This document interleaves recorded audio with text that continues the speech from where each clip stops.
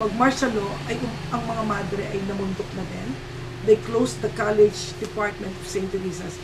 At ang aming professor noon ay si Sister Ramona Mindiola, who graduated summa cum laude of St. Teresa's. So sa St. Teresa's College, 5-5 ng valedictorian. If you get 90, tuwan-tuwa ka na, no? Pero ikaw ang lowest. Kasi ang iyong mga ka-eskwela ay 99, 198. So, maging insecure ka na kasi talagang grabe ang ano doon. Ang pinakamahinang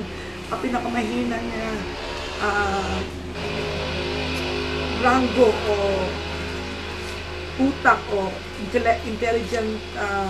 intelligence level ng iyong ka-eskwela ay special attention. Classmate mo doon, puro valedictorian, so valedictorian eh. So, we were given a question, 25 points. We were graduating, no? Midterms ng 4th year. Ang question ay, arrange according to importance, country, family, God. Siyempre kami 40 students, lahat kami mali. Kasi nga, ang sagot nga namin is, God, family, country. And siya yung nagsabi na, you're supposed to be the cream of the crop of your generation, and yet, hindi kayo logical. Kasi kung kayo logical, you take care of God and country, yung dalawa will take care of family, which is true, di ba?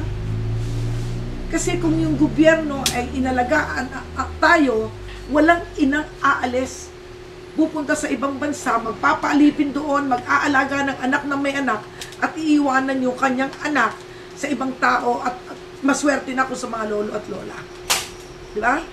Bakit? Walang job opportunity, kaya naalis. Why? Kasi nga, we did not take care of country. We did not even take care of God. Puro tayo family. Mali naman. Bakit? Bakit ko sinasabing mali? Okay. Example. Ito ang pahay mo. Are, pinatay na. Minasakit. Are, ninakawan. Aring likod. Lahat ay addict ang mga anak. Ikaw, komportable ka din sa iyong bahay. Di ba? Nakita ninyo na ito'y minasakit. Nakita nyo sa bubong. Nakita nyo, nasilip nyo, kapitbahay nyo. Hindi kayo kikibo. Kasi takot kayo eh. Di ba? You are so comfortable sa iyong, yung nga sinasabi, sa loob ng bahay mo, wala kang pakialam sa iyong mga kapitbahay. Makikialam ka lang pag ikaw na mismo ang pinasok at hinalay ang mga anak mo. This is like cancer. Kaya nalaki ang cancer kasi hindi tayo nakikialam. Ito cancer, dapat pinutol ko na. Yan drugs. Daig pa niya ng cancer. Dapat una best, pagkakita niyo ng sign, pinutol na ninyo. Hindi. So, lumala ng lumala. Wala ka pa din pakialam kasi ikaw ay hindi nadadamay. Anong tawag doon? Wala tayong sense of community. At the same time, wala na din tayong sense of nationhood. Wala tayong pakialam. So, nung sabihin sa akin ng madre yun, naisip ko, ang laki pala ng obligasyon ko sa aking bansa. So, that was my first defining moment. Ang second defining moment ko is, sa hindi nyo alam, no? I was appointed Vice Mayor of San Pablo, at doon ang aktivista nga kami, lumaban kami kay Marcos, at ako'y tumakbong mayor in 1997. Ako'y laking palengke, pero first time kong tumawid nung, alam niyo yung Paterno Street, yung sa likod ng palengke. Imagine, I've been living there 37 years of my life. Tumawid lang ako dito para mangampanya. Kasi sabi nila, dapat, pag ikay nangangamadyan, para maging effective, mag-house to house ka. So imagine niyo ito yung Paterno, tumawid lang ako dito. May iskinita dyan na pag diniretso mo, yun ay bakod ng Franklin Baker. Okay. Ang una kong pinasok, imagine niyo ganitong kaluan, 2x3, 6 square meters ang bahay. So pagpasok ko, ako ay kamay-kamay, hindi ko ipinahalatang ako'y nabigla. Sa liit na ito, nandun ang kanilang lutuan, kainan, tulugan, nandun lahat. Okay na din yun kung talagang wala. Pero, pagtingin ko sa kanilang sahig, 1 metro ang lapad, imburnal ang gitna ng kanilang maliit na bahay. ako'y shock na shock. Remember, interna ako. Masyadong sheltered ako sa aking buhay. So, pagkakamay ko, yung labas ko, tulo ang luha ko at sinabi ko sa sarili ko, God, salamat po sa buhay na ibinigay niyo sa akin, mga magulang na ako ipinaaral, utak na ang binigay niyo sa akin ay malaki ang pangunawa. Ako'y napakaswerte sapagkat ako ay hindi dumadanas ng ganito. From that time on, inilaan ko na yung sarili ko sa kapakanan ng iba. Kasi, sa totoo lang, ano ba ang madadala mo pag ikay namatay? Yung sapatos nga ninyo, wala kayong dala eh, di ba? So, kung kayo ay pinagpapala ng Panginoon, ano yon? Normal kayo. May mata, may kamay, normal. May utak kayo, binigyan kayo ng trabaho, wala kayong sakit. Payback. Do something good sa inyong kapwa. So, yung dalawang yon ang may two defining moments kung bakit yung Celia Lopez ay lumahok sa politika. At kung bakit mahal ko ang politika. Bakit? Kasi yung politika ko, made me a better person. Sapagkat kung wala akong politika, baka hindi ako ganito ngayon, wala akong pakialam sa kapwa-tao ko. Iba naman po tayo. Mainit na mainit po sa mga politika po ngayon, mga sumasabi sa politika, ay tungkol sa graft and corruption. Okay. Ano pong masasabi niyo po sa graft and corruption? Bakit po kaya nagkakaroon ng ganito? Gawa ng tao din. Number one, election time. Lahat na ng klaseng ihihingi sa politiko. Hindi naman nagbe-birthday, pero pagka-eleksyon, magbe-birthday. At sa politiko, hihingin ang kanilang handaan sa kanilang birthday.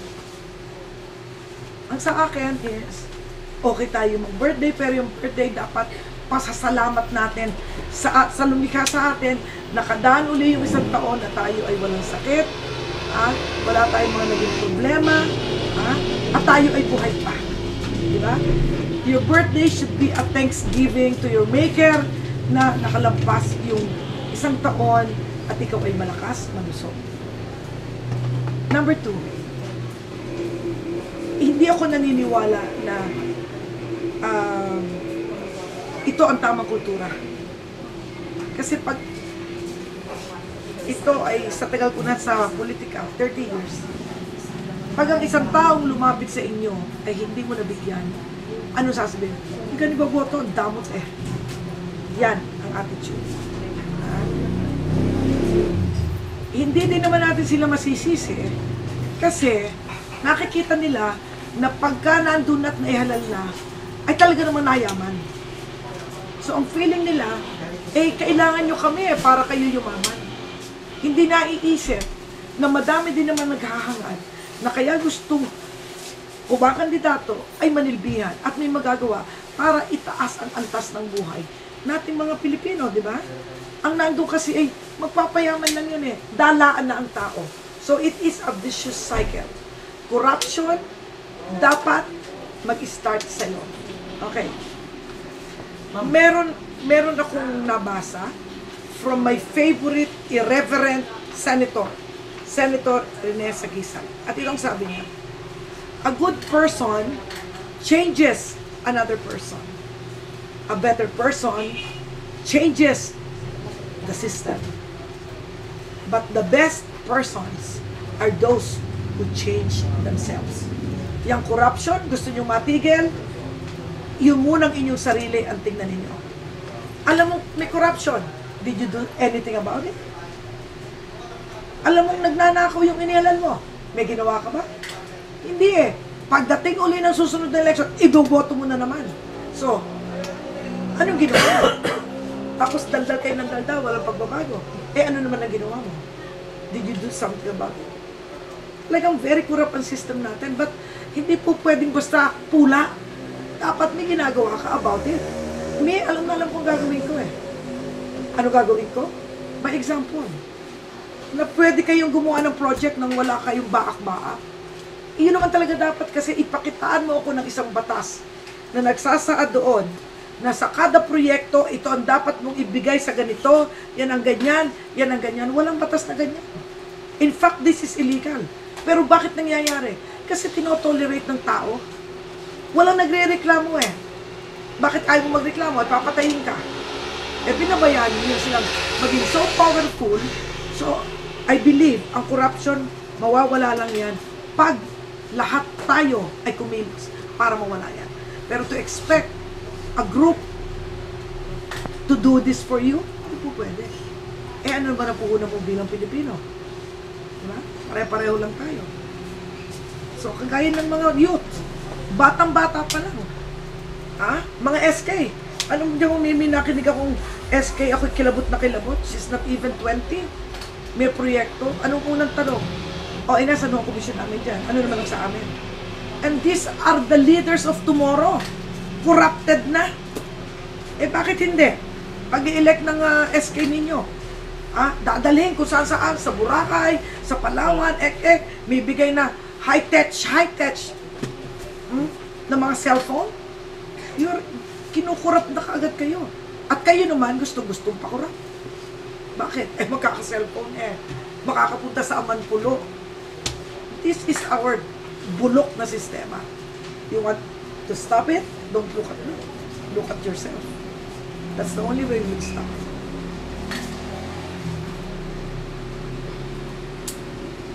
Ma'am, sa dalawang huling katanungan po, sa inyong paniniwala, ano po dapat ang katanungan ng isang tumatakbo? Mga kandidato. Number one, of course, ay di sundin muna natin yung lahat ng nasa saligang batas, no?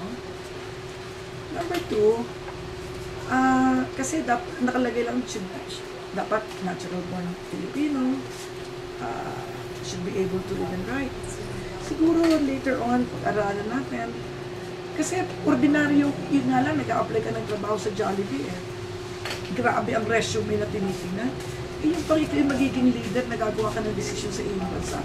So siguro dapat medyo dagdagan natin ng kwalifikasyon yung dapat mamuno. Hindi naman natin ini-eliminate kasi karapatan ng kada Pilipino na maging pinuno. Pero ang daming problema ngayon. Siguro dapat ibabalanse yung karapatan at yung pangangailangan ng bayan. We should balance those. At syempre, ang importante, kagaya ng sinabi ko, yung motibo. Ano bang motibo mo at ikaw ay tatakbo? Ikaw ba'y magpapakyo?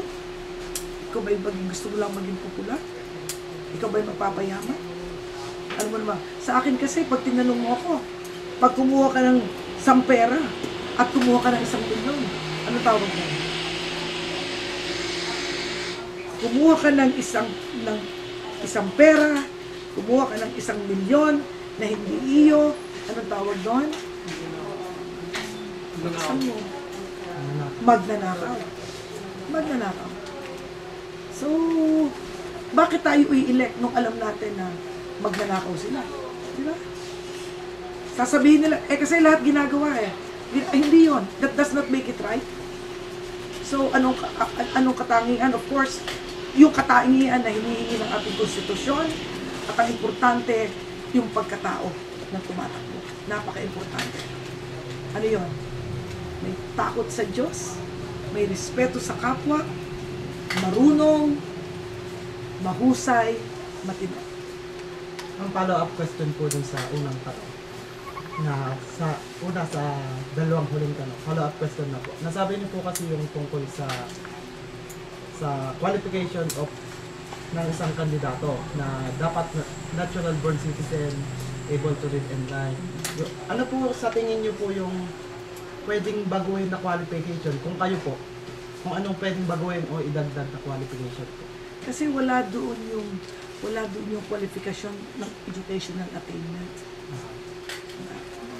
Kasi ang daming matatalino. Pero hindi mo lang kailangan ay matalino sa yung angking talino. Dapat din kasi may acquired knowledge ka. Kasi global na tayo ngayon Global na. And if you're exposed to